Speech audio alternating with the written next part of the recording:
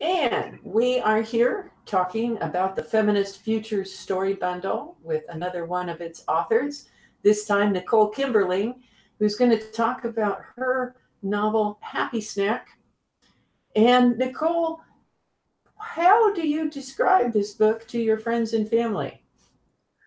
Well, it is a humorous science fiction story, and it's set on a space station. Basically, in what happens in the story is that aliens have contacted Earth, and they have this big spaceship that's kind of the size of a moon, and they've allowed humans to make a little tiny like station on it, right? And in this little tiny human station, way down at the bottom, of the food court, is my character, Gaia, and she has a little snack bar, and she's an independent business person. She's kind of, the other people kind of look down on her because, like she doesn't have like big corporate sponsors, and her stuff looks kind of crappy. In fact, somebody, their character calls it crappy snack. And so the story is about her trying to just like make a name for herself and be an entrepreneur in space. I think it's so awesome. And that was like one of the reasons that when I first heard about it, somebody was like, fast food owner in space. And it was like, oh, that's so cool.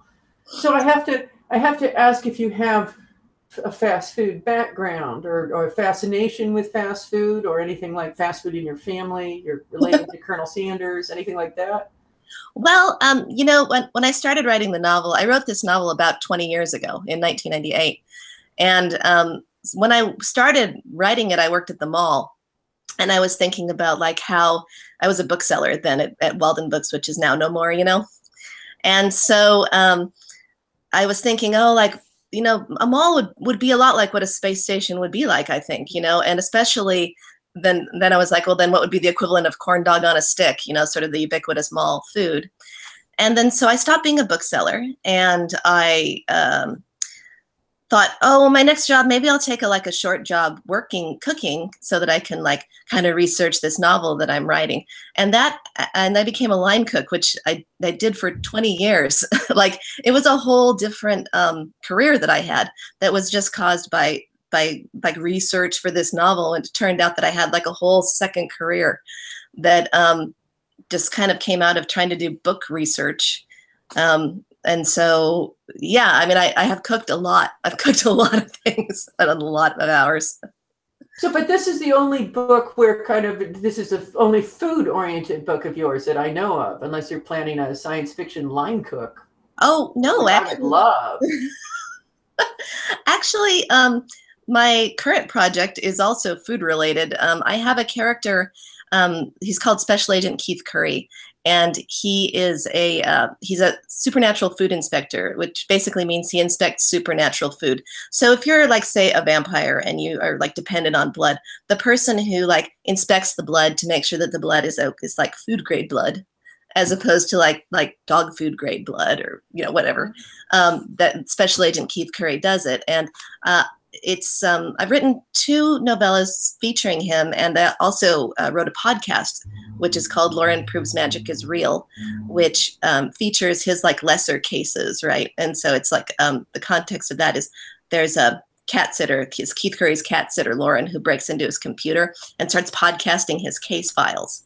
And that's complete. Actually, it's 6 episodes. It's on Apple and wherever podcasts are, you can find it.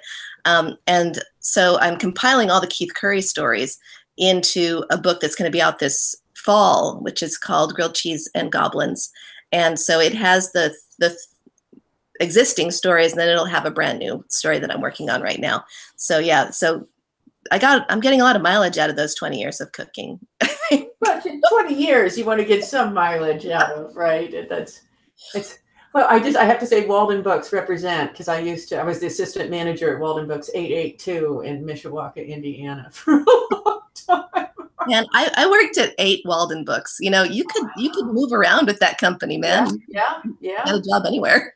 Yeah, well, at the time I left, they were opening the Walden Kids stores. Oh, right. I was like, I'm going to go back to college, and they were like, well, you could stay and run Walden Kids. And boy, it was kind of tempting because it would have meant toys and YA books and all sorts of cool stuff. And those book toy packs that started coming out, like right there. Yes. Geek's dream. Unfortunately, I fled that life, and although I did not become a line cook.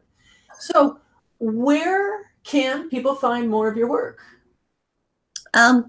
Well, let's see. I have the anthology that the first Keith Curry story is in, Irregulars, is put out through Blind Eye Books, which is the small press that I own. And so that's available everywhere. And it's ebooks are online and all that stuff.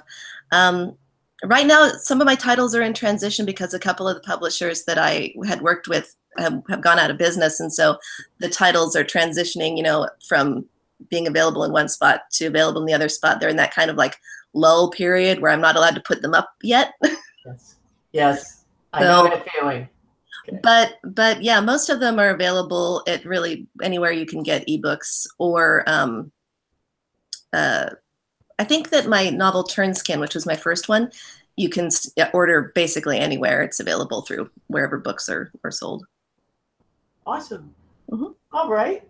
Well, I think that we will, hopefully people have learned enough about Happy Snak and Gaia Jones that they want to go face adventure with her, because I thought she was a wonderful character, and part of it was just that she was so constantly put upon, right? And it's just like she'd do nice things, and then people would be like, aha, you've done this nice thing, now you will suffer for it. And it was awesome. Oh, thank you. Thanks so much. So thank you very much, and I'm going to stop broadcasting now.